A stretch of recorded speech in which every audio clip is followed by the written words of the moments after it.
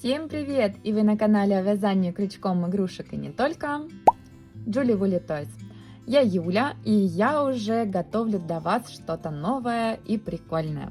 Я думаю, что пора, самое время начинать вязать зайцев-кроликов, ведь это будет символом следующего года. Этот кролик непростой, это кролик Моланг. Я просто очень много находила таких зайчиков, именно вот кругляшочков, таких смешных, и думаю, что же это за персонаж. Оказалось, что Моланг – это маленький круглый белый кролик. Он жизнерадостный и отличается добродушным характером, а также неугомонным нравом.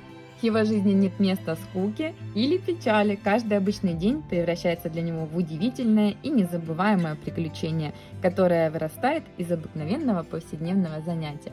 То есть это такой популярный еще и персонаж мультиков, наверное, каких-то корейских, или, он очень похож на представителя вот анимешной культуры такой. Но при этом это может быть абсолютно автономно, независимо от мультиков и предпочтений, прикольный зайчик. Давайте без сумочки посмотрим на него.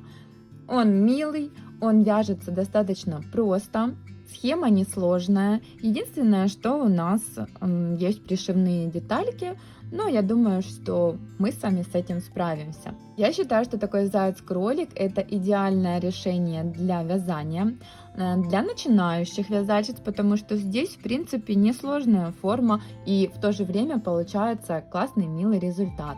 Для опытных вязальщиц будет прелесть состоять в том, что для этого зайчика нужно совсем немного пряжи, и можно утилизировать те клубочки-моточки, которые остались у вас от вязания более крупных игрушек.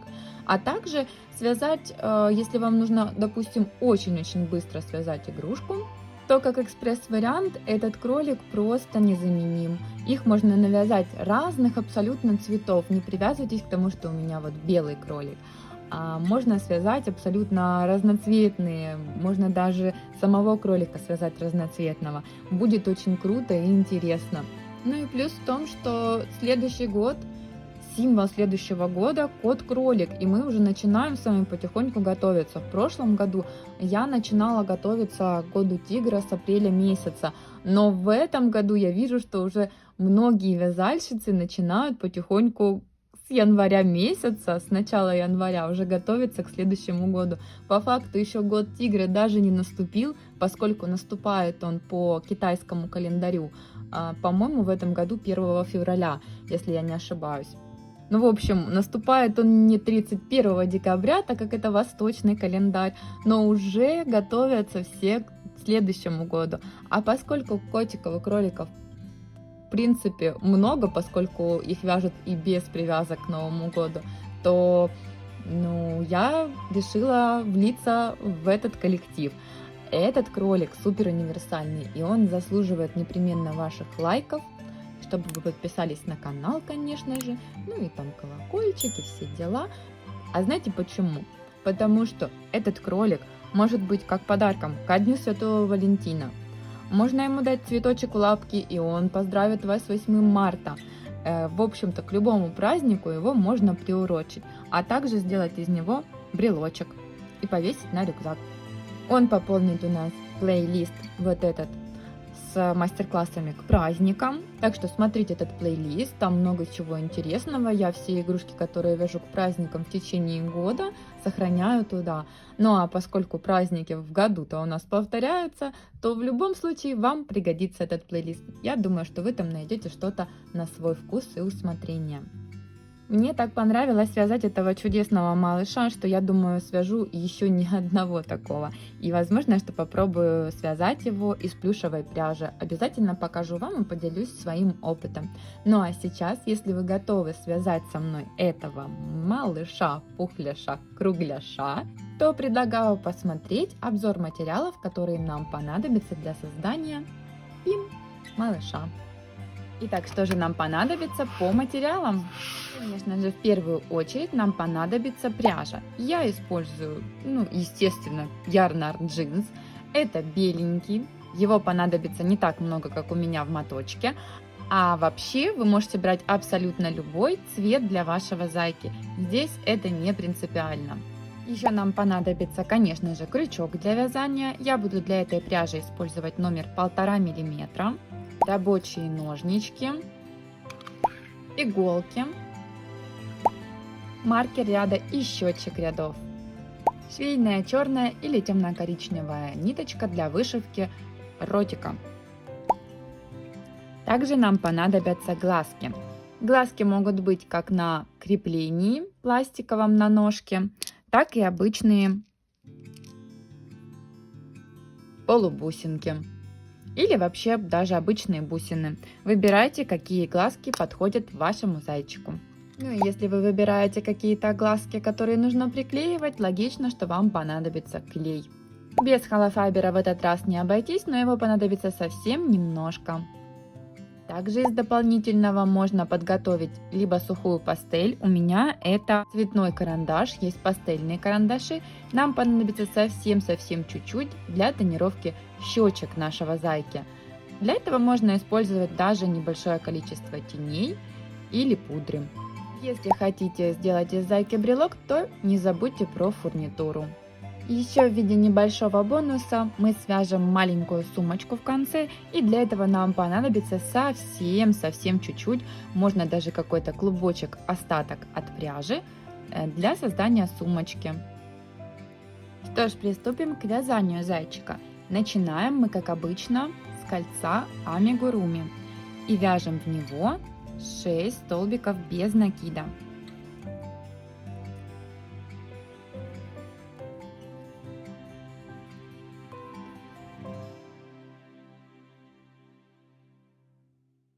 Затягиваем наше кольцо, помечаем первый ряд.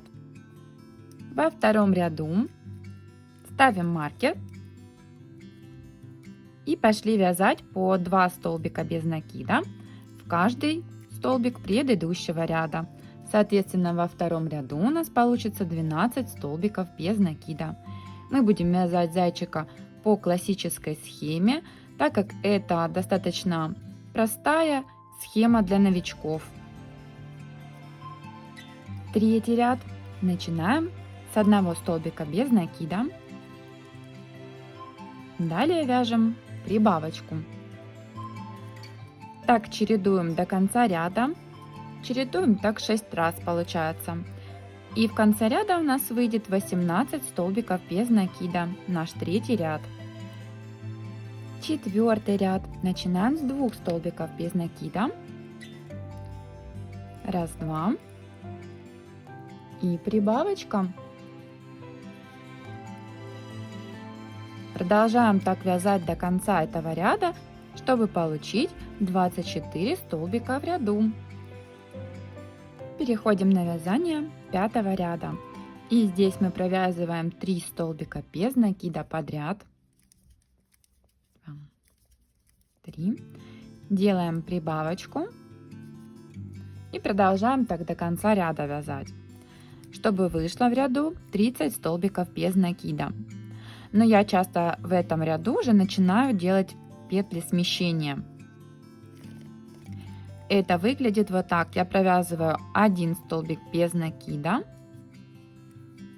прибавку, а отсюда уже иду вязать 3 столбика, прибавка до конца ряда. И в конце, когда я дохожу, у меня остается прибавка и еще 2 столбика, поскольку я провязала 1 здесь, в начале ряда. Для чего я так делаю, я в принципе стараюсь объяснять в каждом видео. Я понимаю, что не все зрители могут смотреть все видео, а еще и добавляются новые. Поэтому объясняю, чтобы прибавки нового ряда не были над прибавками предыдущего. За счет этого наш круг более ровный становится, а не с заострениями. Когда прибавка остается над прибавкой предыдущего ряда, он становится более такой вот угловатый и похожий на шестиугольник, а не на круг. Поэтому через ряд я зачастую так вот выравниваю рядность. В 6-м ряду вяжем 4 столбика без накида и прибавочку. Повторяем до конца ряда. В 6-м ряду у нас должно выйти 36 столбиков без накида в конце. Седьмой ряд у нас последний ряд с прибавочками, и мы вяжем 5 столбиков без накида и прибавку, если вы не делаете смещение прибавок, как я. В таком случае надо провязать 2 столбика без накида, прибавка, и дальше уже 5 столбиков прибавка до конца ряда. По итогам этого ряда в любом случае у нас должно получиться 42 столбика без накида. Ну и теперь с 8 по 18 ряды включительно мы можем расслабиться, особо ничего не прибавлять, не считать, не высчитывать, кроме рядов. Конечно же, самое важное считать ряды, ну и количество, чтобы вы не ошиблись петелек. Но оно у нас будет статично одинаковым в ближайшие ряды с 8 по 18, потому что мы провязываем по кругу, формируя тельце нашего зайки по 42 столбика в ряду без каких-либо прибавок и убавок.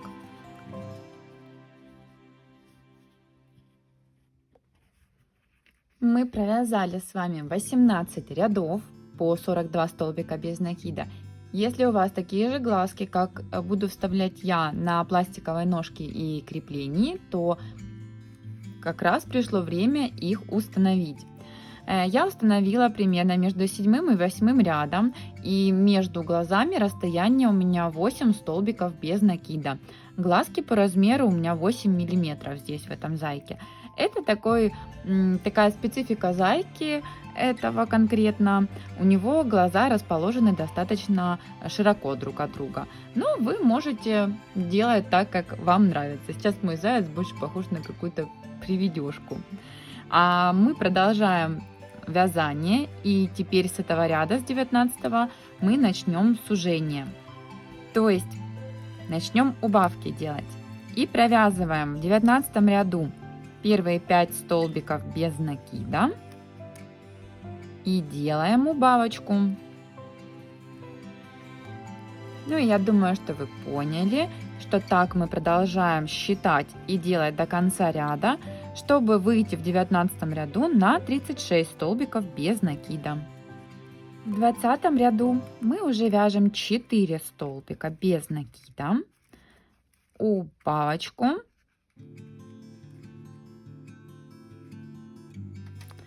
и провязываем так до конца ряда, повторив соответственно по кругу это 6 раз. В 20 ряду у нас будет 30 столбиков без накида в конце ряда. Продолжаем плавные убавочки и пропорционально делаем в этом ряду уже соответственно 3 столбика без накида и 1 убавку. Провязываем до конца ряда, чтобы получить 24 столбика без накида. 22 ряд и соответственно 2 столбика без накида, убавочка, повтор по кругу этого раппорта 6 раз, чтобы получилось 18 столбиков без накида в конце ряда. После провязывания 22 ряда самое время набить нашего зайку холофайбером. Достаточно плотно формируем нашего пухлого маленького зайчика и наполняем. После набивки у нас остается еще 2 ряда. 23 ряд мы вяжем 1 столбик без накида, 1 убавочка.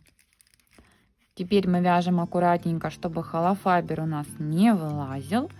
Повторяем раппорт этот до конца ряда, то бишь 6 раз. И в 23 ряду у вас должно выйти в конце ряда 12 столбиков без накида. Ну и последний 24 ряд мы просто делаем убавочки до конца ряда, то есть 6 убавок. Ну, я еще стандартно делаю такой вот финт ушами. Я провязываю не 6 столбиков без накида, ну, допустим, 3-4.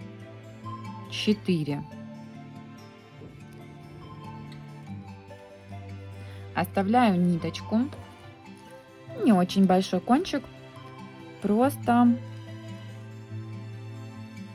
закрепляю ее, заправляю в иголочку и просто вот это отверстие я как бы сшиваю, стягиваю иголкой.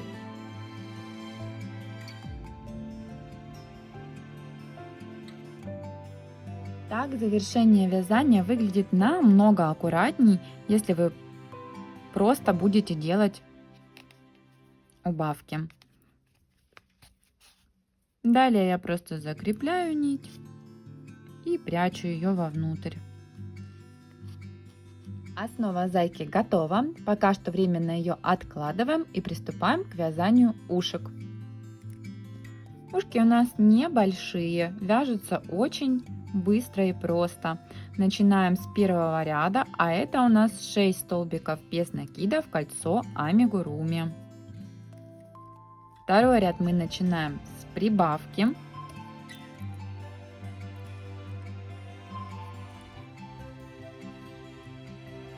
Два столбика без накида.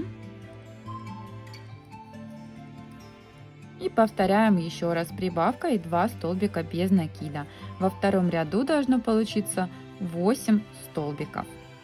Ну а дальше с 3 по 5 ряды, то есть следующие 3 ряда, мы вяжем по 8 столбиков без накида по кругу.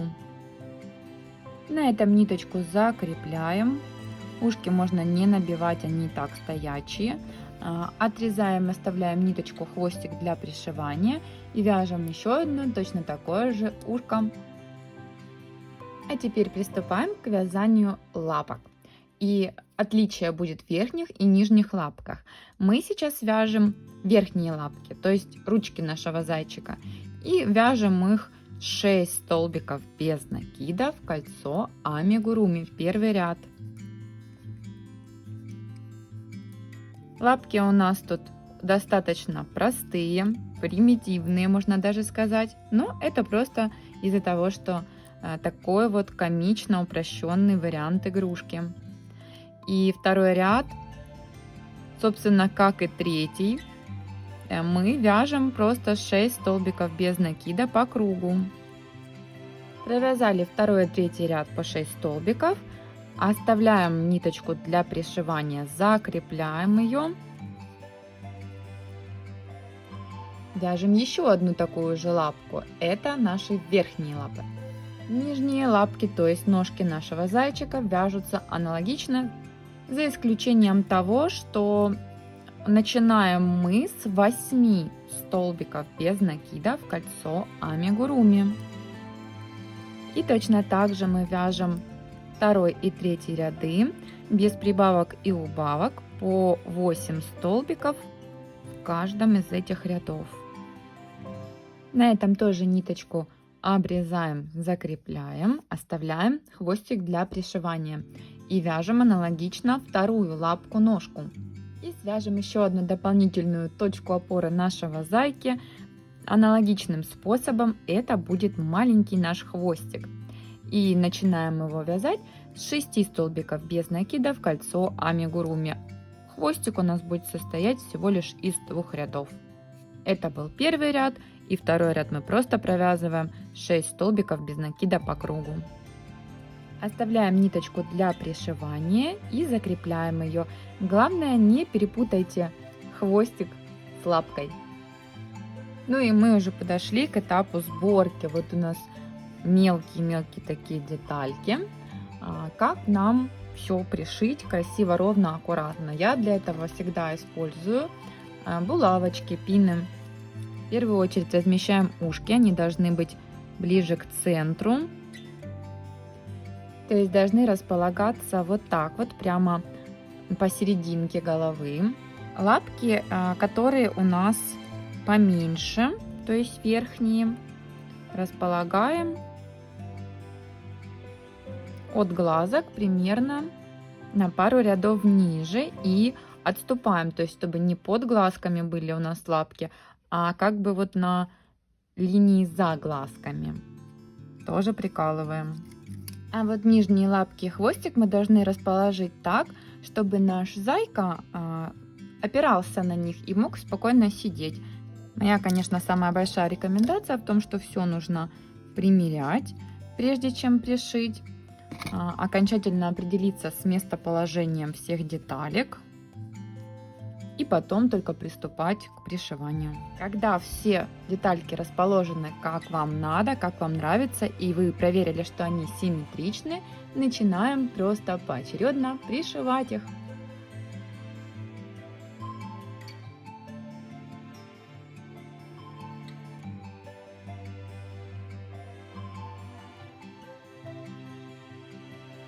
Вот мы сшили все детальки. Хвост на месте, лапки тоже. И зайчик автономно может сидеть.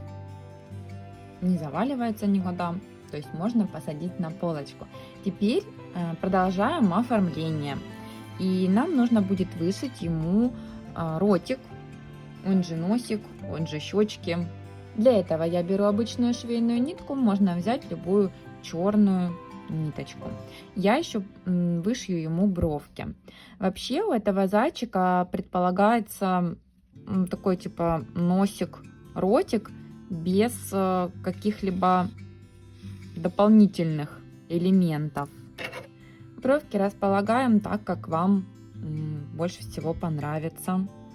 Они формируют эмоциональное выражение мордочки нашего зайца.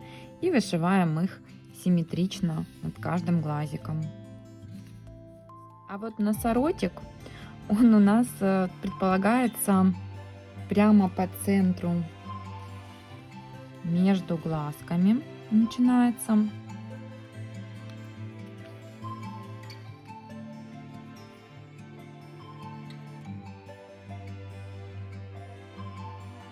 Я бы все-таки вот здесь рекомендовала либо вышить сразу. Можно, вот смотрите, у меня уже как узелочек здесь затягивается, и можно здесь сделать протяжечками, либо узелком таким нормальным, крупным, сделать ему носик.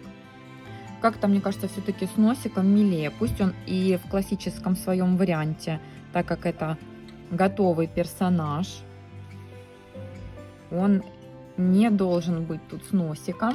Я предлагаю оформить по своему усмотрению.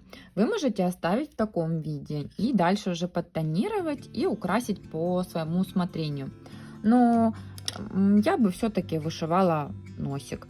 А у меня еще в закромах, сейчас я вам покажу эту носяру, вот такой вот нос завалялся. Я лепила его из полимерной глины, и этот микронос ждал своего часа. И вот я поняла, что моему кролику, пусть он и перестанет быть классическим, этот носик очень подходит. Я понимаю, что не у каждого есть возможность и желание лепить из полимерной глины, поэтому предлагаю как альтернативу вышить носик, либо оставлять уже так, как есть. Но если вдруг вам будет интересно, дайте знать, и я сниму отдельный мастер-класс, как делать носики, как я лично делаю носики из полимерной глины. Так можно делать не только носики. Меня лично полимерная глина очень выручает, когда нужно какой-то такой сделать элемент, который и не купишь, и нигде не взять. Например, я вот лепила клювик для цыплят, всевозможные носы, пятачки. Тут у меня снова клюв, ну какой-то уже для вороны, для галки какой-то. Вот. И лепить достаточно несложно. Единственный момент, эту глину нужно запекать в духовке. Ну и я все-таки приклею нос зайцу. И пришло время добавить нашему зайце-кролику румянца. Я буду использовать здесь сухую пастель. Тоже нужно очень аккуратно, чтобы не запачкать ни себя, ни игрушку.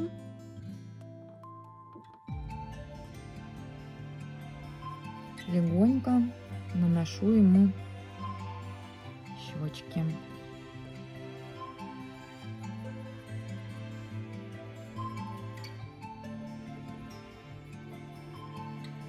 Мне еще почему-то захотелось внутри ушек, чтобы было немножко такое нежно-розовенькое.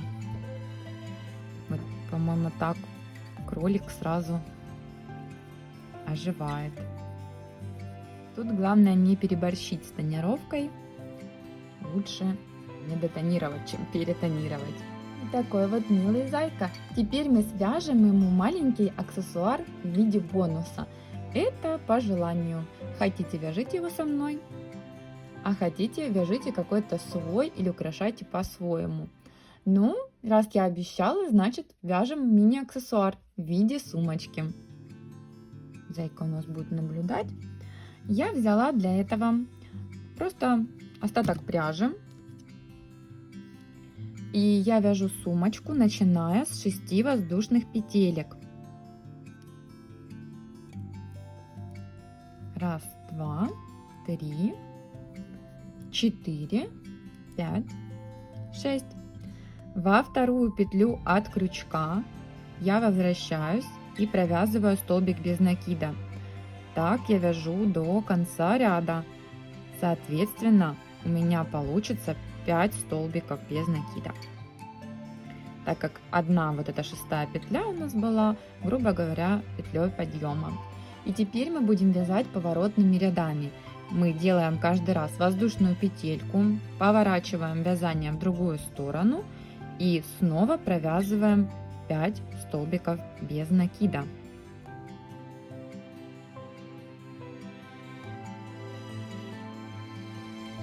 Тут надо считать ряды. И так как я вяжу на такого маленького кролика, то в принципе сумочка должна быть крохотной. Таким образом, поворотными рядами я провязываю 10 рядов. Все, провязали 10 рядов. Теперь я делаю воздушную петельку и иду обвязывать боковинки сумки, так как они у нас, видите, неровные при такой вязке получаются. Просто столбиками без накида делаем окантовку и выравниваем таким образом нашу сумочку. Провязываем по одной длинной стороне. В боковушечку, там где у нас одна сторона переходит в другую, провязываем 2 столбика без накида. Далее вяжем по короткой стороне. Здесь можно хвостик, который у нас остался, тоже начать ввязывать. И в боковушечку снова 2 столбика без накида провязываем. И я вот так вот прикладываю. И по второй длинной стороне тоже иду обвязываю.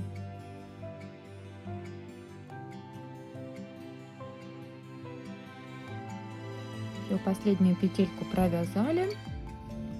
Теперь смотрите, здесь у нас одна сторона получается как бы изнаночная, одна лицевая явно. И я вот так вот буду потом складывать и сшивать. Но с вот этой стороны я сразу свяжу цепочку из воздушных петелек. Эта цепочка будет как бы ремешком нашей сумочки. Моему зайцу-кролику достаточно 45 воздушных петелек, чтобы сумочка надевалась на него и вот на таком уровне где-то примерно висела. Если вяжете из других материалов, то тогда примеряйте на вашего кролика непосредственно в процессе вязки этот ремешок. Я провязала цепочку из 45 воздушных петелек, и на этой же стороне, с которой она выходит, я присоединяю соединительным столбиком. Ну а дальше, чтобы сильно много не крепить, не вводить новых ниточек в работу, я просто отрезаю достаточно длинную ниточку. Соответственно, складываю пополам сумочку и начинаю за краешки сшивать ее.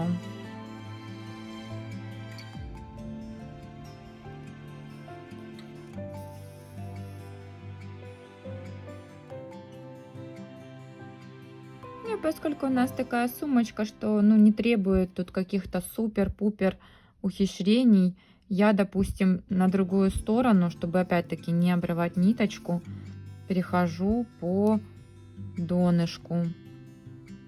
Вот так вот через одну петельку протягиваю. Поскольку у меня все одним цветом, то в таком формате этого даже не будет заметно.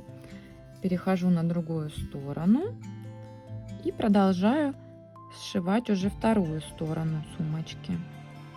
Этот кролик очень супер универсальный. Можно, допустим, сделать такую сумочку, в любом цвете, которым вам нравится. Сделать сумочку и в нее положить, к примеру, записку, либо какое-то сердечко. И вот уже наш кролик, посланник любви, и может быть приурочен ко Дню Святого Валентина, к примеру. Я в эту сумочку нашла у себя в закромах вот такого мишку. Это мишка-кабошончик, он сзади плоский.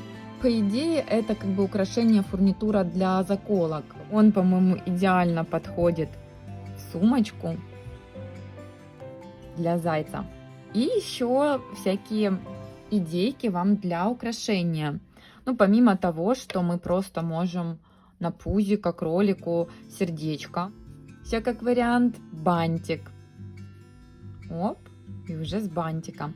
Такой бантик я рассказывала, как вязать вот в этом видео. Там мы вязали полноценную игрушку, и был момент, где я рассказывала, как вязать такой универсальный бантик. Либо какие-то вот вязаные цветочки, тут у меня какой-то в виде короны. Я вот своему зайцу решила еще добавить украшение в виде звездочки. Ну что ж, наш милаш наконец-то готов. Я думаю, что вы проявите свою фантазию и украсите его как-то тоже очень мило. А может быть, вы захотите сделать из него брелочек на рюкзак, к примеру, потому что для ключей, конечно, наш пухляж великоват. Мы с кроликом Молангом ждем ваши лайки. Конечно же, подписывайтесь на канал, чтобы не пропустить новые видео, и жмакайте колокольчик. Ну а работы по моим мастер-классам присылайте в Инстаграм, либо в Директ, либо отмечайте меня на фото. Всегда радуюсь вашим работам, ведь они все просто замечательные, и вы радуете меня тем, что вяжете вместе со мной. Ну а я прощаюсь ненадолго с вами, до встречи в новых мастер-классах. Всем вдохновения, терпения, улыбок и любви. Всем пока!